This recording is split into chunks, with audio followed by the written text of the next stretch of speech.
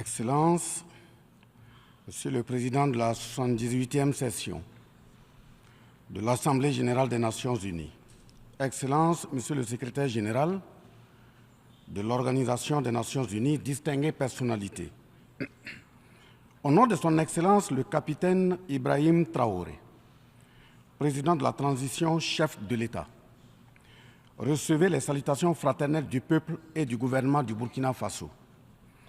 Au nom du peuple burkinabé, je m'incline respectueusement sur la mémoire des grands leaders dans le monde qui ont fait rêver et espérer d'une société humaine juste et équitable à travers leur engagement, détermination et esprit de sacrifice. Je cite notamment Fidel Castro de Cuba, Patrice Émeric Lumumba du Congo, Modibo Keïta du Mali, Ruben Unyobé et Félix Moumié du Cameroun, Sylvanus Olympio du Togo, Che Guevara de l'Argentine, Martin Luther King et Malcolm X des États-Unis d'Amérique, Nelson Mandela de l'Afrique du Sud, Jomo Kenyatta du Kenya, Amilcar Cabral de la Guinée-Bissau et des îles Cap-Vert, Marianne Ngouabi du Congo-Brazzaville, le capitaine Noël Isidore Thomas Sankara du Burkina Faso, etc. Ces leaders ont été, pour la plupart, exécutés de façon violente et d'autres assassinés à travers le feu des prisons et des empoisonnements. Leur seul crime a été pour chacun d'eux l'incarnation des rêves, des ambitions, de l'espoir des peuples meurtris, violés, violentés et pillés. Monsieur le Président, ma présence à cette tribune honorable des Nations unies, au nom du Burkina Faso, pays des hommes intègres, n'est pas pour ériger des murs de lamentation. Je ne suis non plus pas là pour vous livrer un discours de convenance, mais j'ai été plutôt mandaté en sacrifice pour vous dire que le mensonge d'État, l'hypocrisie diplomatique, la boulimie du pouvoir, la recherche effrénée du gain, l'esprit démoniaque de domination et d'exploitation de l'homme par l'homme sont les vraies plaies qui gangrènent notre vivre ensemble et font courir toute la société à sa perte, y compris donc notre organisation, l'ONU. Son Excellence, M. Antonio Guterres, secrétaire général de l'Organisation des Nations unies, Son Excellence, M. Joe Biden, président des États-Unis, Son Excellence, M. Denis Francis, représentant permanent de la Trinité et Tobago auprès des Nations unies, élu président de la 78e session de l'Assemblée générale, Son Excellence, M. Luis Inácio Lula da Silva, président de la République fédérative du Brésil, permettez-moi de reprendre ici des parties de vos propos, discours respectifs prononcés à cette même tribune à l'ouverture de cette 78e session. Primo, je cite, « Nous sommes dans un monde sans dessus-dessous. Des cadavres jonchent les plages où des milliardaires se prélassent. » Pour la deuxième personnalité, je cite, « Nous sommes à la croisée des chemins. Nous avons une cause commune, à savoir léguer à nos enfants un monde avec un bon climat social. » Fin de citation. Pour la troisième personnalité, je cite, « Malgré les difficultés, nous pouvons nous en sortir. Ce ne sont pas les capacités qui manquent, mais la volonté politique. Sinon, nous pouvons apporter le progrès et la paix pour tous. » Fin de citation. Pour la quatrième personnalité, je cite, « Il y a dissonance entre les discours et les pratiques, les faits. Le Conseil de sécurité de l'ONU est paralysé. L'ONU doit assumer ses fonctions d'un monde solidaire et équitable, conformément aux principes édictés dans la Charte. Cela suppose qu'on ait le courage de lutter contre les inégalités. » Fin de citation. La quintessence des expressions de ces quatre autres personnalités signifie clairement que les inégalités dans le monde sont voulues, sinon qu'avec un minimum de courage et de volonté politique, nous pouvons, à défaut de les éradiquer, les amenuiser à leur congrue expression. En effet, chaque année, les discours pleuvent au même titre que les promesses et engagements. Les preuves de la dissonance entre les discours et les faits sur ces questions de principe contenues dans la Charte de l'ONU dont la justice, l'égalité, la dignité, l'intégrité, le droit à l'autodétermination, la souveraineté des États, l'inviolabilité du territoire et le respect du droit international sont ce qui se passe en Libye, dans le Sahel, précisément sur le Niger, et sur la crise entre la Russie et l'Ukraine. D'abord, en Libye, suite à cette catastrophe diluvienne, des milliers de voix ont été fauchées, des milliers de vies donc ont été fauchées, pour badigeonner nos consciences de tranquillité transparente. Chaque nation se précipite pour présenter sa compassion, sa solidarité. C'est certes pour donner l'impression que nous vivons en société et que nous défendons des valeurs. L'honnêteté intellectuelle recommande et l'histoire des consciences nous reflète que nous devons présenter nos sincères excuses au peuple libyen pour avoir été, collectivement et individuellement, par passivité condamnable ou par complicité active et inacceptable, aux côtés des bourreaux qui ont été la première catastrophe anthropique en Libye. C'est cette catastrophe qui a mis la Libye à genoux en la saccageant et tuant son guide avant que les eaux de déluge ne viennent l'endeuiller davantage. Et malheureusement, à la tête de cette catastrophe humaine était l'ONU sous la résolution 1970 et le silence coupable, voire la complicité de la CEDEAO et de l'Union africaine.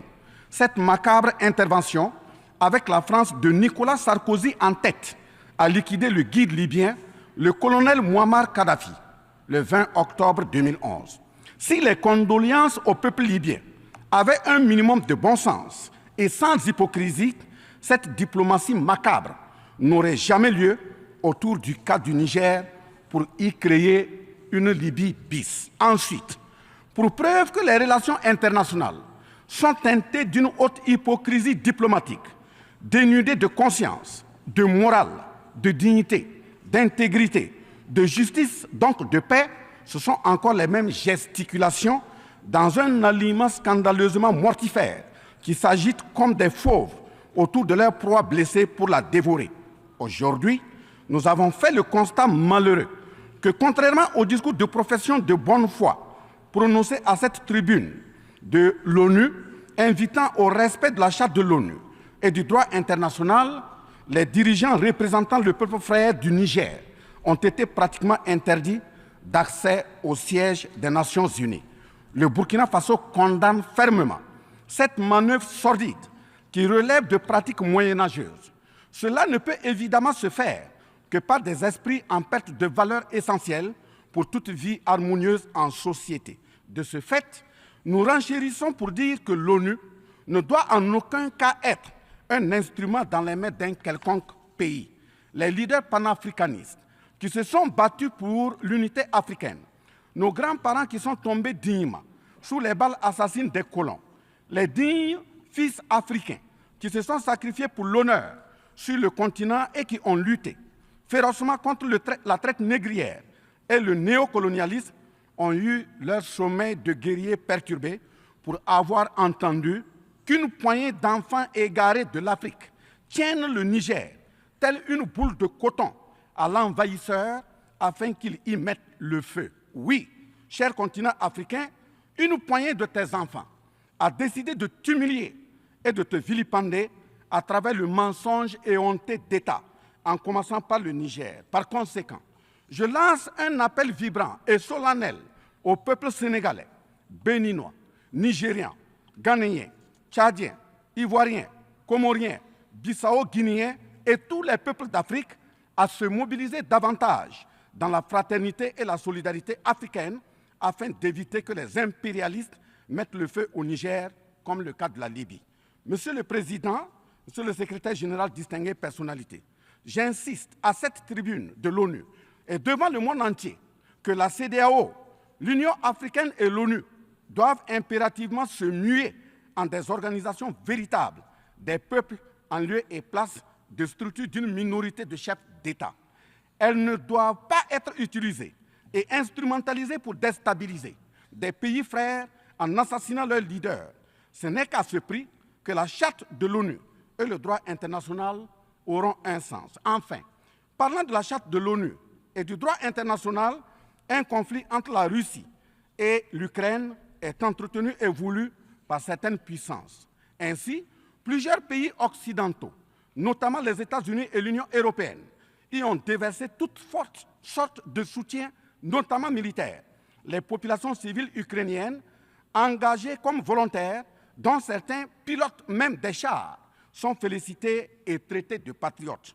Le Mali, le Niger et le Burkina Faso font face à une guerre qui leur a été imposée par l'impérialisme sous le couvert de terroristes de tout acabit, sémant terreur et désolation. Malgré l'existence de cette même charte des Nations Unies, avec ses principes d'égalité, de justice d'une part, et d'autre part, le même droit international invoqué. À cette tribune de l'ONU, il y a nettement un fossé abyssal dans le traitement des questions. En effet, prenant le cas du Burkina Faso, les populations civiles, face aux incursions barbares et meurtrières des terroristes, ont décidé de s'engager aux côtés des forces de défense et de sécurité. Ces populations ainsi engagées, formées et encadrées par les FDS, sont appelées des volontaires pour la défense de la patrie. Ainsi, au Burkina Faso, nous avons 58 000 VDP, dont 42 000 VDP communaux et 16 000 VDP nationaux qui combattent sur tous les fronts aux côtés des forces de défense et de sécurité, formées, encadrées, orientées par elles. Celles-ci n'agissent que sur instruction et surveillance des FDS et conformément à des textes réglementaires en vue de protéger leur vie et leurs biens. Ce sont ces patriotes que certains chefs d'État de la CEDEAO et de l'Union africaine, sur instrumentalisation de puissances impérialistes capitalistes, tentent de faire croire à la communauté internationale que ce sont des milices. C'est cela le mensonge éhonté d'État. Monsieur le Président, si la communauté internationale était honnête et sincère dans son engagement contre le terrorisme, il ne perdurera point, de sorte à ce que des populations civiles s'engagent et se forment pour assurer leur propre défense. Parlant d'un manque de franchise de cette communauté internationale, voici les exemples. Premièrement, lorsque le Mali, le Burkina Faso, le Niger et d'autres pays se sont organisés sur leurs frontières communes en mutualisant leurs forces pour faire face au terrorisme, la France est venue de nulle part imposer son instrument qu'est le G5 Sahel.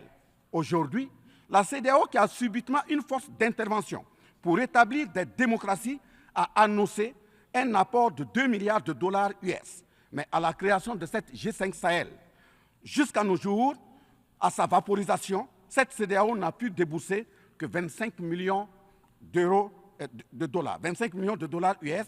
Où est donc le sérieux dans la défense des vies humaines prônée par la Déclaration universelle des droits de l'homme et des peuples? Deuxièmement, le Burkina Faso subit des sanctions cyniques suite au coup d'État du 30 septembre 2022. Cette nébuleuse dite communauté internationale, sous l'impulsion de la France qui est passée par ses valets locaux en Afrique, a tenté d'abord de faire nommer un Premier ministre au Burkina Faso en vain. Ensuite, ils sont passés à l'imposition de ministres dans des postes stratégiques au sein du gouvernement burkinabé en vain. Et enfin, ils ont négocié le maintien des relations afin que le capitaine Ibrahim Traoré mette en œuvre tout ce qu'ils décideront, condition sine qua non d'une durée à souhait au pouvoir. L'ayant aussi refusé, au nom de l'intérêt supérieur de son peuple, une avalanche de mesures répressives, de menaces, de tentatives de coup d'État, manœuvres immorales sont en élaboration dans des laboratoires criminels. Et malheureusement, toutes ces manœuvres et missions macabres sont pilotées en marionnettes téléguidées par des personnages de couloir présidentiel africains. C'est ainsi que même cette fameuse initiative d'Accra, sans le Mali, n'a pas fait long feu. Troisièmement, en plus des coupures d'aide, d'annulation de conventions de formation de nos forces de défense et de sécurité, nous assistons au blocage de notre matériel militaire, commandé avec la sueur de nos compatriotes, toujours sous l'impulsion de la France. En exemple, pour les vecteurs aériens nécessaires pour le contrôle et la défense du territoire, nous avons eu un contrat avec le Brésil, dont la licence d'armes devait provenir de la Belgique et le système de navigation de tir, ainsi que des caméras des États-Unis d'Amérique, puis un moteur du Canada. Ces moyens sont aujourd'hui fallacieusement et cyniquement bloqués. Vous parlez de défense des droits humains à cette tribune de l'ONU. Je vous invite donc à nous livrer incessamment nos armes pour la défense et la protection de nos populations meurtries. En tout état de cause, vous êtes solennellement saisis. Et si rien n'est fait, l'histoire vous tiendra responsable de non-assistance à personne en danger. Monsieur le Président, Monsieur le Secrétaire général, ce tableau peu reluisant de cette communauté internationale, caractérisée par la non-assistance à États en proie au terrorisme, l'hypocrisie internationale, la suprématie de quelques puissances au sein de l'ONU, la complicité au pillage de l'Afrique, etc., ne commande-t-il pas la traduction de cette communauté internationale devant la Cour pénale internationale?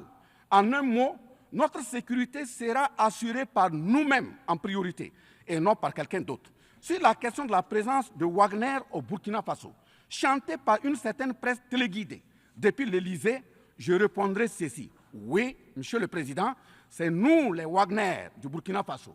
Oui, ces braves forces de défense et de sécurité et volontaires pour la défense de la patrie sont les Wagner du Burkina Faso. Par conséquent, du haut de cette tribune de l'ONU, je magnifie le sacrifice de tout patriote au nom de l'intérêt national. Je salue vivement la mémoire de tous ceux qui sont tombés les armes à la main et magnifie le courage et l'intégrité de ceux qui sont toujours en vie et foncent inexorablement et de façon sacrificielle vers la victoire de notre peuple et la sauvegarde de notre patrie. Au lieu de nous aider à arrêter cette saignée humaine, ce sont des accusations fallacieuses, des mensonges éhontés d'État, englobés dans une diplomatie d'hypocrisie et des menaces voilées pour nous indiquer des partenaires à fréquenter et des conduites à tenir. Nous disons non. Au nom de la même charte des Nations Unies et du droit international que vous évoquez tous et toutes ici à cette tribune, les peuples africains en général et sahéliens en particulier sont résolument engagés à assumer absolument et pleinement leur émancipation totale pour un progrès social véritable. Ainsi, le Burkina Faso liera de façon souveraine ses partenariats avec qui il veut et achètera ses moyens de défense avec qui il veut. Qu'un pays s'appelle Russie, Iran, Turquie, Azerbaïdjan, Cuba, Nicaragua, Corée du Nord, le Burkina Faso y achètera et y vendra librement ses produits sans intermédiaire, encore moins une autorisation de qui que ce soit, et cela advienne que pourra.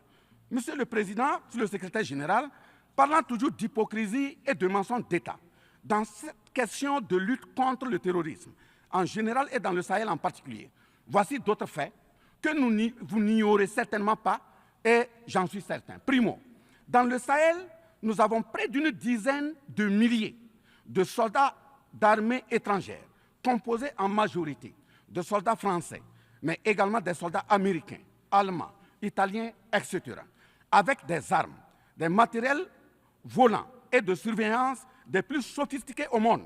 Et malgré tout, personne ne voit des colonnes de centaines de terroristes se déplacer pour aller servir la désolation et la mort, souvent avec des armes inimaginables. Au Mali, au Niger et au Burkina Faso, il n'y a ni usine de fabrique d'armes, ni de munitions. Qui recrute donc ces terroristes? Qui les entraîne? Qui les dote en permanence? Qui les nourrit et avec quels moyens? Croyez-vous à cette philanthropie au nom de laquelle des Occidentaux vont envoyer leurs militaires au Sahel mourir pour des beaux yeux des Sahéliens? Si oui, qu'est-ce qui justifie les énervements et autres gesticulations puériles et diplomatiques dès qu'on dit à la France de déguerpir militairement? La vraie raison, ce sont les ressources du sous-sol au Sahel. En effet, l'Assemblée nationale française a voté la loi numéro 057-7-27 du 10 janvier 1957, parue dans le journal officiel de la République française du 12 janvier 1957, portant création de l'Organisation commune des régions sahariennes, OCRS, qui regroupe des parties du Mali, du Burkina Faso, du Niger, de la Mauritanie, de l'Algérie, etc. Cette zone n'a jusque-là pas d'égal dans le monde en termes de richesse de sous-sol. À titre d'exemple, la nappe phréatique la plus importante va de la Mauritanie à la Somalie, en passant par le Mali, l'Algérie, la Libye, le Niger, etc. Le journal Le Monde du 23 juin 1957 avançait le chiffre de 6 à 7 millions de tonnes de pétrole comme production potentielle annuelle du Sahara. En plus de ces ressources naturelles, nous avons l'uranium. l'or, le cobalt, le zinc, le diamant, le lithium, le cuivre, etc. Si vous, les Occidentaux, vous aimez tant les Sahéliens pour y amener vos militaires, mourir au nom de la démocratie, de la liberté, des droits humains et de la paix, pourquoi tout le continent africain, qui compte 1,3 milliard d'habitants, dont le deuxième continent le plus peuplé, avec 30 415 873 km² et 54 États, n'a aucun siège permanent au sein du Conseil de sécurité avec un droit de veto? N'est-ce pas là, au-delà d'un crime d'État, un crime onusien? Donc, halte aux mentions diplomatiques grossiers consistant à dire que ces puissances impérialistes viennent au Sahel pour défendre la démocratie et des droits humains. Parlant de droits humains, je vous rappelle que la première charte au monde sur cette question de droits humains de l'homme est bien celle de Kouroukan-Fougan de 1236 au Mandé actuel Mali. De ce fait que les moralisateurs expansionnistes gardent leur rhétorique de respect des droits humains à géométrie variable pour leurs terroristes qu'ils encadrent. Secondo, l'Afrique n'aime pas comparer les morts. C'est un manque d'éducation que de le faire. Par conséquent, je m'incline respectueusement sur la mémoire de toutes les nationalités ayant perdu la vie en Afrique en général et au Sahel en particulier. Ainsi, sur les sorties hasardeuses, condescendantes et malheureuses du président de la République française Emmanuel Macron, et qui frise souvent le ridicule, tout en se glorifiant d'une hypothétique condescendance sur les peuples africains, je m'impose le devoir de lui faire un petit cours d'histoire sur sa propre histoire. Voilà pourquoi les salles de classe sont faites pour que les enfants apprennent les cours et grandissent bien, que de s'adonner à autre chose, au risque de se perdre à jamais. Mais pour commencer, je précise qu'aucun peuple africain ne s'est opposé au peuple français. Il n'y a pas donc de sentiment anti-français en Afrique. Il n'y en aura jamais du fait de notre légendaire hospitalité et amour du prochain. Il n'y a que les peuples africains refusent la condescendance, l'arrogance, l'insolence, la suffisance, le paternalisme, le pillage de ses ressources et le crime organisé. En effet, pour votre mémoire, M. Emmanuel Macron, d'abord, je rappelle l'appel à travers la BBC en Angleterre le 14 juin 1940, lancé par votre propre grand-père, le général de Gaulle, à l'endroit de l'Afrique pour venir sauver la France des griffes des nazis. Comme rappel, nous avons 17 000 Maliens morts pendant les 2 guerres mondiales, d'une dette de sang que la France semble avoir occultée. S'ils le veulent, qu'ils aillent dans le livre, confère livre de Bakary Kamia, professeur agrégé de l'université Sorbonne. J'ajoute dans ce même document, à la page 344, au tableau 21, les vétérans soudanais des 2 guerres. Il en résume un total du Burkina Faso, du Mali et du Niger à 82 208 combattants qui sont tombés. Et au niveau de l'Afrique occidentale française, il y a eu 154 519 combattants mobilisés, qu'ils se confèrent donc aux sources Henri Léger, rapport de fin de mission en AOF Dakar, le 13 juin 1950, archives du Sénégal, code 4 D 68, entre parenthèses 89, voire annexe 5. Ensuite, le 17 novembre 1986, François Mitterrand, président français d'alors, en réponse au capitaine Thomas Sankara, disait ceci, je cite, « L'Afrique a été pillée. J'ai parlé de matières premières. J'aurais dû parler des hommes. Pendant des siècles, on vous a exploité humainement. On a volé vos hommes, vos femmes, vos enfants. On s'est servi de vous. Je comprends votre refus, votre révolte, et j'approuve votre combat. Vous avez raison de refuser d'être un continent sacrifié. Le moment est venu où vous devez vous-même développer vos économies à partir de ces biens et de ces hommes. Et le devoir de ces pays qui ont profité abusivement du travail africain, c'est de restituer à l'Afrique une part de ce qui a été pris au travers des siècles derniers. Fin de citation. Effectivement, l'Afrique a toujours été vachement pillée, mais elle reste riche en hommes, en valeur et en richesse minière. Pour preuve, parlant de ses ressources minières, l'Afrique, c'est 30% des ressources minérales mondiales, 40% des réserves d'or, 33% des réserves de diamants, 80% des réserves de coltan, 60% des réserves de cobalt, 55% des réserves en uranium, etc. C'est pour la défense ferme de cette Afrique que la jeunesse africaine est plus que jamais debout. Monsieur Macron, avez-vous encore besoin d'un peu d'histoire pour vous remémorer? Enfin, bien avant cette sortie regrettable et donc malheureuse du président français Emmanuel Macron, il s'était attaqué, comme tant d'autres de ses compatriotes politiciens, à la maternité africaine. Et là aussi, je tiens à lui rappeler que l'Allemagne compte 80 millions d'habitants environ sur une superficie de 347 000 km² face au Congo, qui a 95 millions d'habitants sur une superficie de 2 345 000 km². Deuxièmement, la Belgique compte 11 millions d'habitants sur une superficie de 30 000 km² face au Gabon, qui a 2,5 millions d'habitants sur une superficie de 267 000 km². Troisièmement, la France compte 68 millions d'habitants sur 672 329 km² face à la Namibie, qui compte 2,5 millions d'habitants sur une superficie de 825 000 km². C'est fort de tout ce qui précède que, justement, Aimé Césaire, paix à son âme, disait, je cite, « L'Afrique est le seul continent au monde où les populations chantent et dansent et applaudissent pour ceux qui les appauvrissent, les affament et les torturent. Le malheur de l'Afrique, c'est d'avoir rencontré la France. » Fin de citation. Certes que l'Occident a violenté, volé et violé l'Afrique. Quelle est notre part de responsabilité en tant que dirigeants africains? N'est-ce pas nous, dirigeants africains, qui prêtons le flanc pour qu'on nous piétine?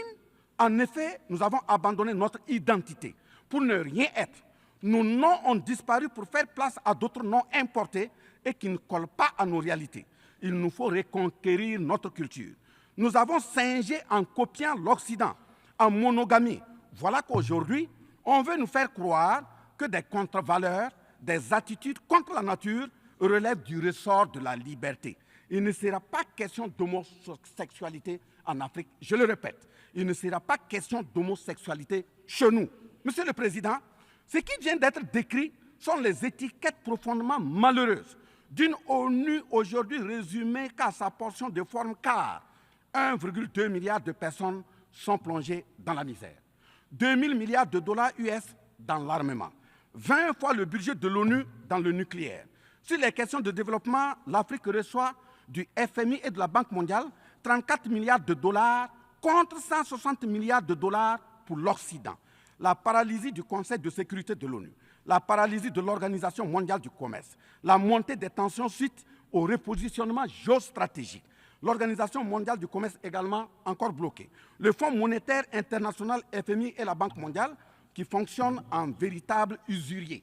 L'Organisation mondiale de la santé qui est de plus en plus dominée par les firmes pharmaceutiques de rente, donnant ainsi une priorité commerciale que sociale aux vaccins tels que le vaccin contre la Covid-19. L'ONU qui devient de plus en plus l'ombre d'elle-même de par les tentatives de sa prise en otage par un conglomérat de puissances internationales impérialistes, brouillant ainsi la clarté et le sérieux dans ses prises de position, etc. Par conséquent, les peuples africains en général, et sahéliens en particulier, se battront vigoureusement pour que la CEDEAO, l'Union africaine et l'ONU soient des institutions au service véritablement des peuples du monde pour leur profonde émancipation et le progrès social véritable.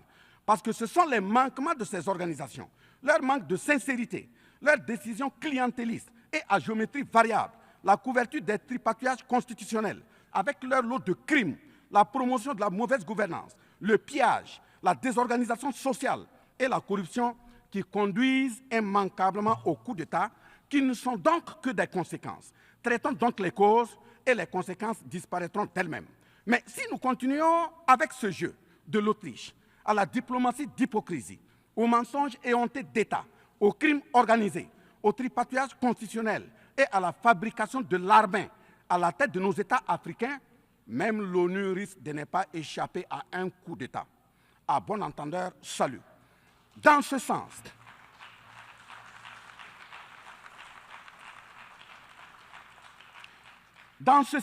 et afin de prendre leur destin en main, le Mali, le Niger et le Burkina Faso ont signé l'Alliance des États du Sahel en abrégé AES. L'AES est une architecture pour la sécurisation de nos pays, partant du traité révisé de l'autorité de développement intégré de la région de l'Iptako-Gourma. Prenant en compte la situation sécuritaire et surtout le manque de franchise dans le partenariat, il s'agit de compter sur nos propres ressources en recherchant la mutualisation de nos moyens et à œuvrer à faire disparaître les discontinuités dans les espaces de manœuvre opérationnels. Monsieur le Président, je vous signifie avec force et fermeté, dans une haute et intelligible voix que, primo, nous, peuple africain, sommes foncièrement démocrates. Pour preuve, notre attachement à la dignité humaine transcende la démocratie.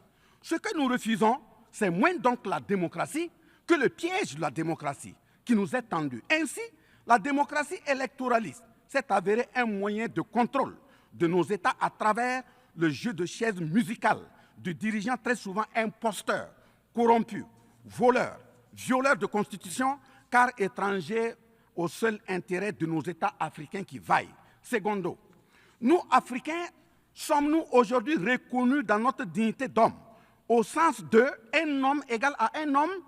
La réponse assurément est non, au-delà des convenances circonstanciées, pour nous endormir et mieux nous asservir. Triste pour le continent noir, reconnu scientifiquement comme berceau de l'humanité, mais dans la réalité humilié, placé sous contrôle dominé. Des indépendances factices aux guerres fratricides, de la démocratie électoraliste aux aides biaisées, des guerres de rapine au terrorisme malicieusement fabriquées, entretenues et injectées dans nos contrées africaines, notamment au Mali, au Burkina Faso et au Niger. Il y a une seule constante, nous dominer, maintenir le pied sur notre cou, tel le cas de notre malheureux frère George Floyd aux États-Unis, ici même. Est-ce cela la démocratie? Et il se trouve des partisans de cette conception étriquée de la liberté pour justifier intellectuellement l'asservissement et la barbarie contre nos peuples en lutte pour leur dignité et leur souveraineté au nom d'un principe paradoxal de liberté qui, in fine, assassine la liberté. Oh liberté, quel crime n'a-t-on pas commis en ton nom? C'est pourquoi nous décidons désormais de dire non. Non à tous ces amis qui veulent du bien au point de nous menacer de guerre pour imposer leur amitié. Nous adapterons notre démocratie tant brandie et chantée par des loups dans des pots de bélier afin de sécréter par nous-mêmes le leadership politique adéquat pour nos peuples en vue de leur bonheur. Oui, l'émancipation totale et le progrès social véritable pour nos peuples constituent la finalité de toute action, qu'elle soit politique, économique, socio-culturelle et ou sécuritaire. Troisièmement, les peuples africains en général, et ceux sahéliens en particulier, ont découvert des chaînes d'aliénation économique, sécuritaire, socio-culturelle matérialisées en accord secret avec la France et sont engagés à les casser pour leur émancipation véritable. Ce sont entre autres, premièrement, la dette coloniale. Nous n'allons pas fermer les yeux et la payer tout en laissant nos populations mourir de faim et de soif et voire de maladie. Deuxièmement, la question de la monnaie dont le franc CFA, appelé franc des colonies françaises d'Afrique, n'est pas une priorité africaine. Au plan juridique, la propriété est le droit de jouir et disposer des choses de la manière la plus absolue. Confère article 544 du Code civil français chez eux-mêmes. Un brevet est donc détenu par la France sur le franc CFA. Elle est par conséquent propriétaire du franc CFA et elle la loue aux États francophones africains. Ce qui est marrant en plus est que le biais produit par la France pour l'Afrique de l'Ouest diffère de ceux de l'Afrique centrale en valeur monétaire sous la même appellation franc CFA. Le seul document reconnaissant le franc CFA est le décret numéro 45-0136 du 26 décembre 1945, dont les signataires furent Charles de Gaulle, président du gouvernement provisoire, René Pleven, ministre des Finances, et Jacques Soustel, ministre des Colonies. Quatrièmement, la priorité aux intérêts aux entreprises françaises dans les marchés publics et appels d'offres publics, c'est terminé. Cinquièmement, le droit exclusif de fournir des équipements militaires et de former les officiers militaires des colonies, là également, c'est terminé, etc. Quatrièmement, personne n'applaudit un coup d'État. Mais si nous ignorons que ces coups d'État sont souvent des conséquences de la mauvaise gouvernance, et des tripatouillages constitutionnels pour s'offrir des mandats supplémentaires. Il y en aura toujours. Donc, ayons la lucidité de combattre les vraies causes en restant exigeants sur le respect des règles démocratiques et de la bonne gouvernance. Cinquièmement, les peuples africains ne sont pas opposés au peuple français, mais c'est plutôt la politique française, pleine de condescendance, qui est rejetée. En effet, la France, en refusant le rapatriement de son ambassadeur récusé au Niger, est une violation du droit international, notamment l'article 9 alinéa 1 et 2 de la Convention de Vienne sur les relations diplomatiques de 1961. En décidant de l'interdiction des artistes du Burkina Faso, du Mali et du Niger en France, c'est une méconnaissance très grave de la portée culturelle en tant que moteur d'équilibre familial, communautaire, voire national. L'artiste est un médecin du psychique, même à distance. En déclarant qu'ils ne veulent pas de chômeurs, de migrants, de voleurs, etc. en France, nous en Afrique en général, et au Sahel en particulier, ce sont les producteurs de chômeurs et de voleurs via le pillage cynique de nos ressources que nous ne voulons pas. Mais sincère reconnaissance au peuple du monde, à l'ensemble des personnalités à tous les niveaux dans le monde qui comprennent et accompagnent le Burkina Faso, le Mali et le Niger dans cette montée, certes difficile, mais s'adresse totale sur le chemin de la pleine émancipation, l'expression de la dignité, de l'honneur, de la liberté, de l'égalité, de la prospérité, de la justice et donc de la paix. Face à la situation que traverse le Burkina Faso, le gouvernement burkinabé a mis en œuvre des actions vigoureuses à travers l'adoption d'un nouveau plan de développement, le plan d'action pour la stabilisation et le développement, et ses 4 axes prioritaires qui sont, premièrement, la lutte contre le terrorisme et la restauration de l'intégrité territoriale. Deuxièmement, la réponse à la crise humanitaire. Troisièmement, la réponse de l'État à l'amélioration de la gouvernance. Et pour terminer, le dernier élément, la réconciliation nationale et la cohésion sociale. Ces efforts visent à offrir à la population burkinabé de meilleures conditions de vie, tout en saluant l'ensemble des partenaires à travers le monde qui nous accompagnent. Nous invitons vivement ceux qui sont toujours dans le doute ou tétanisés par des rapports au contenu faux qu'ils sont les bienvenus au Burkina Faso, à condition que le partenariat cadre avec la vision de la transition résumée dans ces 4 axes. Vive l'ONU, vive la 78e session, vive les peuples en lutte, vive la solidarité entre les peuples, vive l'Afrique libre, vive l'Alliance des États du Sahel, vive le Burkina Faso, la patrie ou la mort, nous vaincrons. Je vous remercie.